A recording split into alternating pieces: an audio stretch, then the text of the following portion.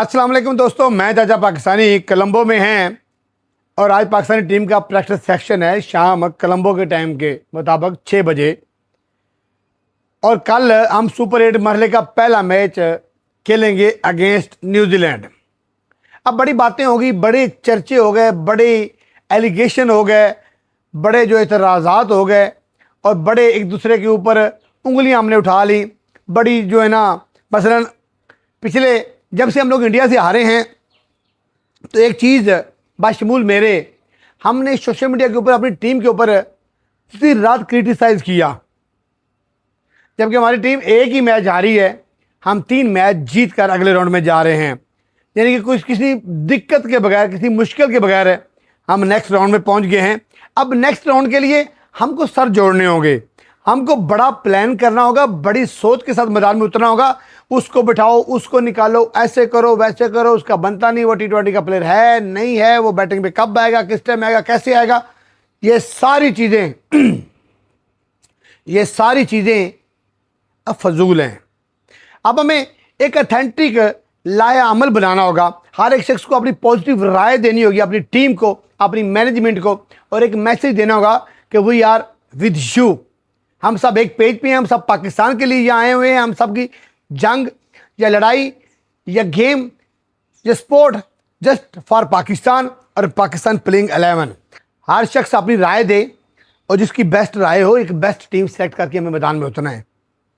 वो फॉर्म में है, वो नहीं है, हमारे पास यही 15 लड़के हैं, हमने इन्हीं 15 लड़कों से ही आगे बढ़ना है, हमने इनके साथ ही आगे जाना है। तो मेरा मशवरा, मेरी राय अपनी टीम के लिए, अपने मुल्क के लिए, अपने वतन के लिए वो ये है कि किंग बाबर आजम को अगर हमने टीम के अंदर रखना है, बल्कि उसको रखना चाहिए। हमारे पास फिनिशर कोई नहीं है, हमारी टीम जो है सारी जो है ना बस हिटर है, और हमारी टीम जो है ना वो सारी वो क्या वो बोलते हैं कि ऑलराउंडर के ऊपर मबनी है। हमारे पास स्पेशल कुछ भी नहीं है। मसलन अब अंदाज़ा करें कि साहब फरहान के अलावा सारी की सारी टीम ऑलराउंडर है, तो है ना कि अजीब बात। तो अब हमें करना क्या है? मेरी राय के मुताबिक साहब फरहान के साथ हमें किंग बाबर आजम को ओपनिंग उतारना चाहिए न्यूजीलैंड के अगेंस्ट। वजह बड़ा मैच है, बड़े मैच के अंदर बाबर जो है वो बड़ी जिम्मेदारी के साथ एक एंड को संभाल के रखेगा। वैसे भी साइम अयूब कोई एज ए बैटिंग को बहुत आला या आउटस्टैंडिंग परफॉर्मेंस नहीं दे रहा, वो एज ए बॉलिंग ही अच्छी परफॉर्मेंस दे रहा है। तो हमें किंग बाबर आजम को सबसे ज़्यादा फरहान के साथ उतारना चाहिए।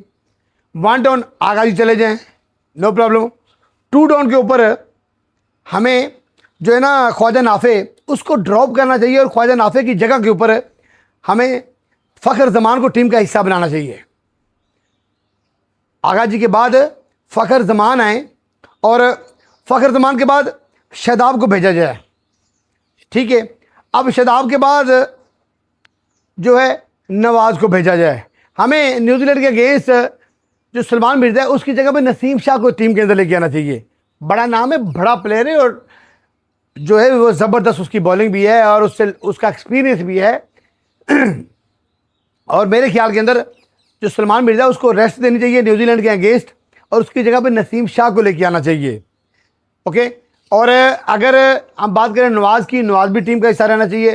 फिर राना फ़हीम अशरफ जो है उसको, अगर हमें 2 पेसर के साथ जाना है तो मेरे ख्याल में राना फ़हीम अशरफ एक अच्छा यानी कि मीडियम फास्ट बॉलर है, उसको हमें यूज़ करना चाहिए। उसको एज ए बैटिंग है, हम उसको भी ख़राब कर रहे हैं।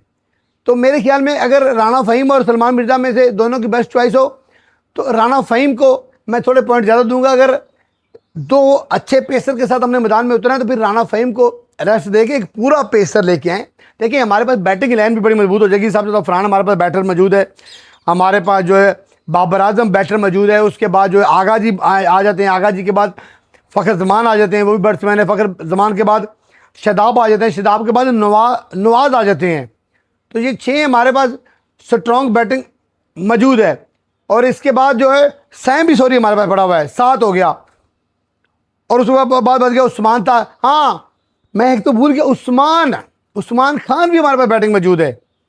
उस्मान खान भी, तो मेरे ख्याल में, मेरे ज़ाती ख्याल के मुताबिक राना फ़हीम अशरफ को रेस्ट देकर उसकी जगह के ऊपर जो है नसीम शाह को मौका देना चाहिए। और ये हमारी बेस्ट 11 बनेगी, यानी कि नसीम शाह, सलमान मिर्ज़ा 2 हमारे फास्ट बॉलर हो गए, 2। उसके बाद बाबर बैटिंग 3, सबज़ अफरान 4, आगाजी 5, फ़खर जमान 6, सैम अयूब 7, उस्मान खान 8, उसके बाद जो है नवाज़ 9, शादाब 10, और जो क्या नाम है उसका, उस्मान तारिक 11। आई थिंक 11 मैंने सही बोले, जैसे कोई मिस्टेक भी। तो हमारे पास जो बेस्ट 11 है यही होगी। इन लड़कों के अंदर मतलब हमारे पास वैरायटी आ जाएगी। हमारे पास बॉलिंग के अंदर 2 पेसर मौजूद है, हमारे पास स्पिन के लिए तारिक मौजूद है, उस्मान तारिक मौजूद है, हमारे पास सैम मौजूद है, हमारे पास नवाज़ मौजूद है, ठीक है। उसके अलावा आगाजी भी बॉलिंग कर सकते हैं, तो उसके अलावा शादाब खान भी बॉलिंग कर सकते हैं। तो हमारे पास स्पिनर के अंदर वैरायटी भी बहुत सारी आ जाएगी। गर्मी यहाँ पे बहुत ज़्यादा है, मुझे पसीना भी आ रहा है। हमारे पास स्पिनर की वैरायटी भी मौजूद है, हमारे पास अटैकिंग में भी मौजूद है। हमारे पास अब बैटिंग लाइन में आ जाए, इस टीम के अंदर आपको सबसे ज़्यादा फरहान बैटिंग में मिल गया, बाबर आजम बैटिंग में मिल गया, फ़खर जमान बैटिंग में मिल गया, आगाजी बैटिंग में मिल गया, उसके अलावा सैम अयूब बैटिंग में मिल गया, उसके अलावा शादाब खान बैटिंग में मिल गया आपको, उसके अलावा मोहम्मद नवाज़ आपको बैटिंग में मिल गया, उस्मान खान आपको बैटिंग के अंदर मिल गया।